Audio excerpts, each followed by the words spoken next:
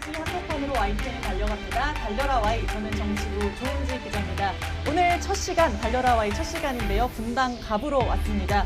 대권 잠룡으로 평가받는 거물급 정치인들이 맞붙었습니다. 오늘 오후 2시 반에는 더불어민주당 이광재 후보 만나고요. 지금은 국민의힘 안철수 후보 먼저 모셨습니다. 달려라 Y 첫날 첫 단추 이어주셨습니다. 20초 네. 자기소개 먼저 부탁드릴게요. 감사합니다.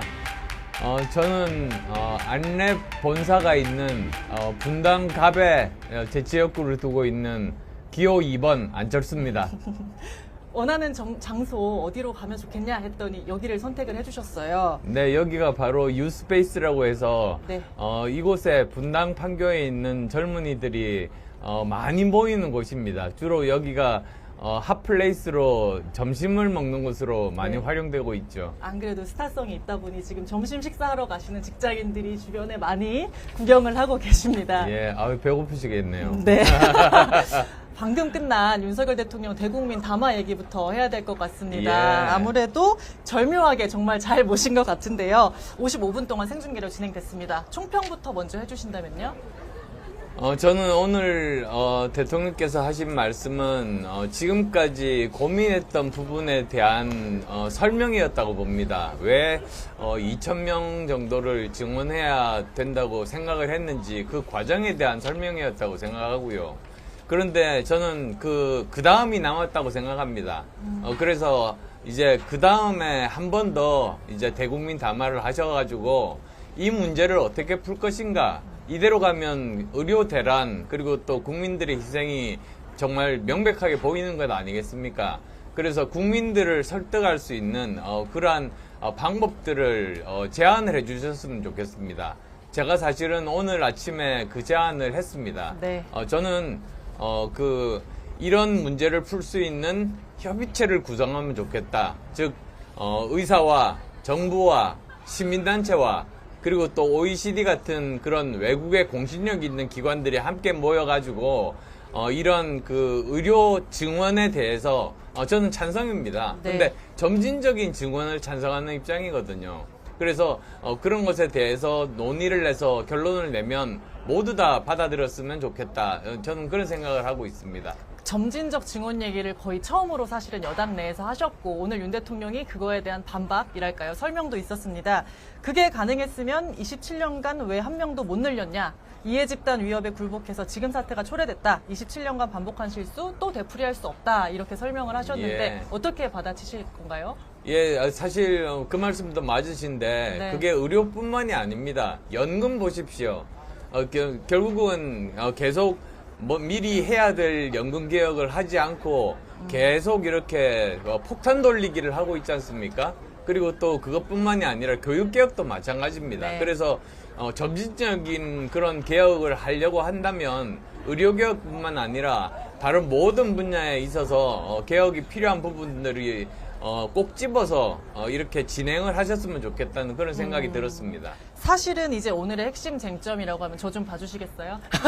핵심 예. 쟁점이라고 하면 정부와 의료계가 그 2,000명을 타협할 수 있겠느냐 이 부분이 약간 핵심이었는데 그거에 대해서는 윤 대통령이 좀 선을 그었다고 봐야 되겠죠? 예, 그러니까 그래도 좀 긍정적으로 바라볼 수 있는 부분은 협의체를 구성하겠다고 말씀하셨지 않습니까? 예. 제가 제안했던 그러니까 이렇게 2,000명 정도가 필요하다고 본인은 생각하지만 네. 협의체를 구성해서 거기에서 국민들의 뜻을 모아서 저는 조금 이제 현실적이고 그리고 실현 가능하고 네. 그다음에 또 여러 국민들의 어떤 부작용이나 반발을 사지 않는 네. 그런 방법을 찾을 수 있다고 봅니다. 근데 또 이제 대통령실 입장에서는 대학별 배분이 다 마무리된 상황에서 이걸 돌이키기에는 뭐 입시에 미칠 영향, 또 정부의 정책 예측 가능성 이런 걸 고려해봤을 때 이미 늦은 거 아니냐. 대학별로 몇 명이 되는 건 이미 정해졌다. 이 얘기를 계속 하고 있거든요. 예, 근데 그렇지가 않은 게요. 네. 사실은 확정된 공고가 5월 달에 납니다. 예. 아직도 2달 정도 시간이 남아 있거든요. 네. 그래서 그동안에 내부적으로 치열하게 논의를 해서 정한 것을 그때 발표하면 되는 겁니다. 그래서 불가능하지 않습니다. 할 수 있다. 지금이라도 네, 돌이킬 그렇습니다. 수 있다라는 얘기시고요.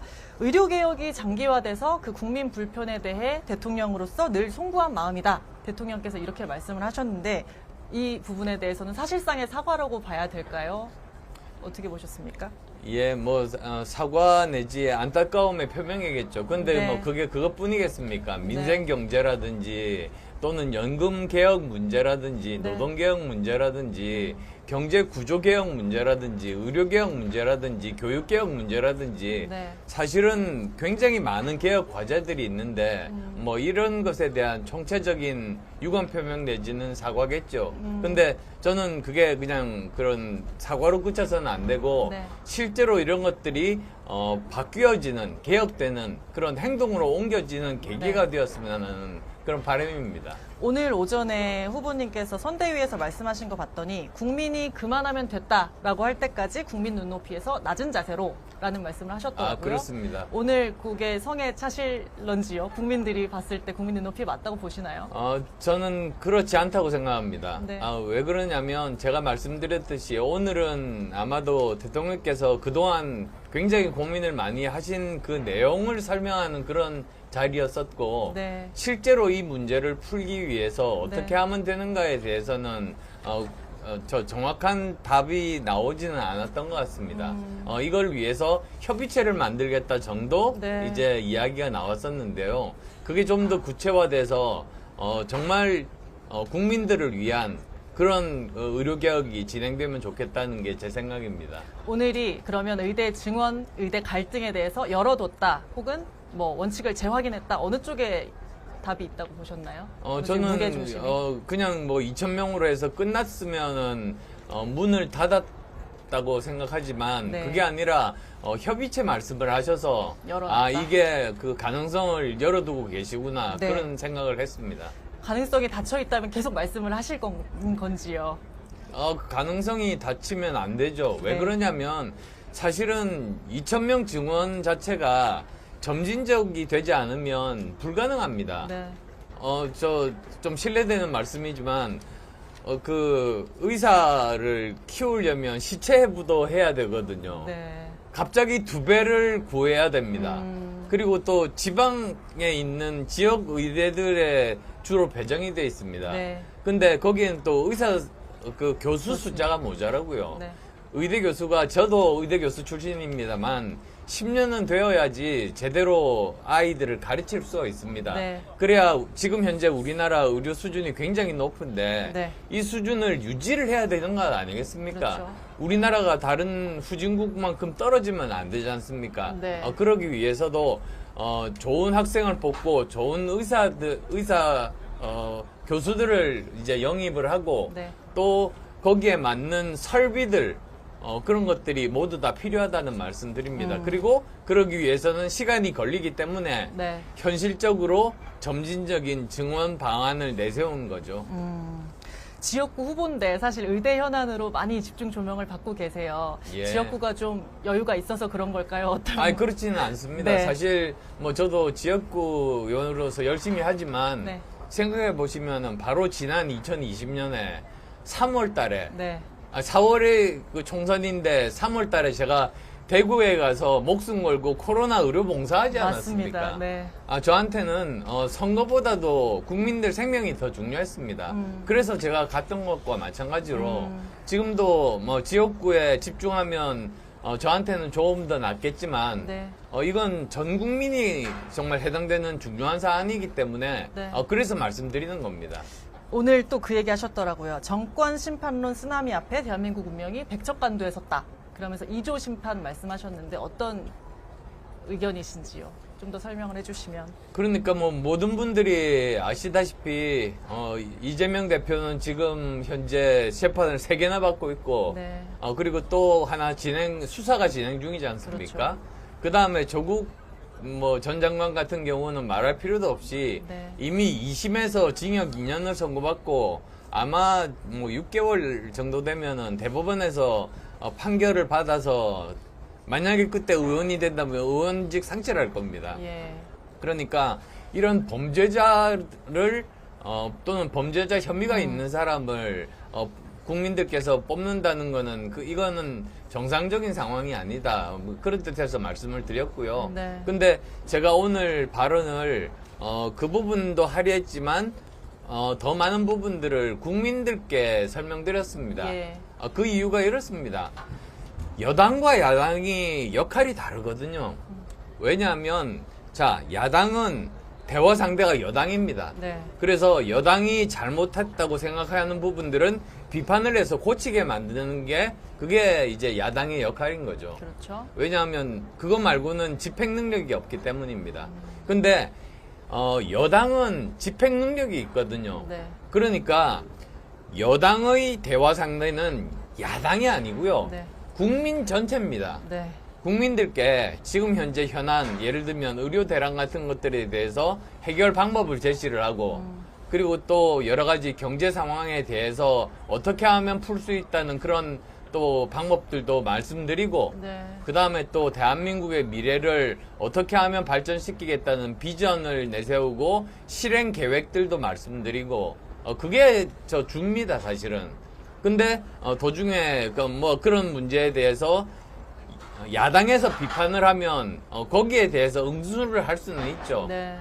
그래서 저는 그런 뜻에서 오늘도 야당에 대해서도 비판을 하기는 했습니다만 그거는 대응하는 수준이었고 네. 대부분은 국민들을 대상으로 말씀을 드렸습니다. 국민께 지금 그런 말씀하신 게 잘 먹히고 있는 건가요? 지금 판세가 뭐 많이 야당 쪽으로 기울었다 얘기가 많이 나오고 범야권 200석 얘기까지 지금 나오고 있는데 예. 현장에서 느끼는 분위기 어떠신지요? 경기도가 아마 제일 힘든 지역일 예. 겁니다. 서울보다도 훨씬 더 힘든 지역이고요. 네. 그러다 보니까 저도 여러 주민분들 말씀들을 많이 듣고 있는데 네. 현 정부에서 이렇게 잘못하고 있는 점들에 대해서 솔직하게 말씀들을 당원분들조차도 말씀들을 많이 해주세요. 예. 그래서 사실은 당과 정이 분리되는 것이 필요한 거죠. 네. 그래서 저는 이렇게 생각합니다. 여당이라고 할 때 정부와 같이 일을 하지만 부하가 아닙니다. 서로 건설적인 관계가 되는 게 합리적인 거죠. 네. 그래서 정부는 집행 능력은 갖고 있지만 국민들과의 직접적인 접점은 없습니다. 그렇죠. 근데 반면에 이제 이 정당은 지역구 의원들이 대부분이기 때문에 네. 지역 민심을 누구보다도 잘 알거든요. 그래서 이제 해야 될 일은 정부에서 의도적으로는 절대로 안 그렇지만 민심과 다른 그런 뭐 정책이라든지 또는 발언이라든지 이런 거를 할 때는 그 점을 이 여당이 올바로 지적을 하고 네.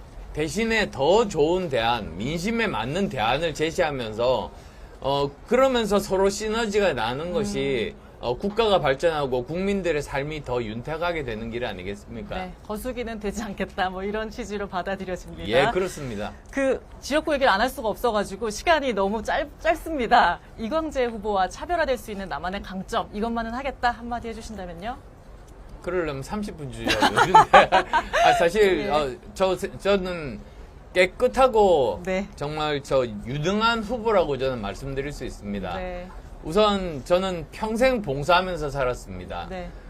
저는 아버님 영향을 받아서 20대 때 의과대학생 때부터 의료 봉사를 시작했고요. 그리고 그게 2020년 코로나 의료 봉사할 때 목숨 걸고 대구로 간 거기까지 연결이 됐죠. V3를 만들었는데 몇 천억에서 30분 하실 것 같습니다. 조를 이렇게 네. 벌 수 있다고 해도 다 무료로 배포했습니다. 네. 그 다음에 그 혼자서는 못 만들어서 안랩이라는 회사를 만들어서 V3를 만들었는데 지분 절반을 기부했습니다. 네. 그게 지금까지 현역 정치인들 지금까지 기부한 거 전부 합한 것보다 저 혼자가 더 많다고 그러더라고요. 그렇게 저는 우선은 깨끗한 정치인이어서 네.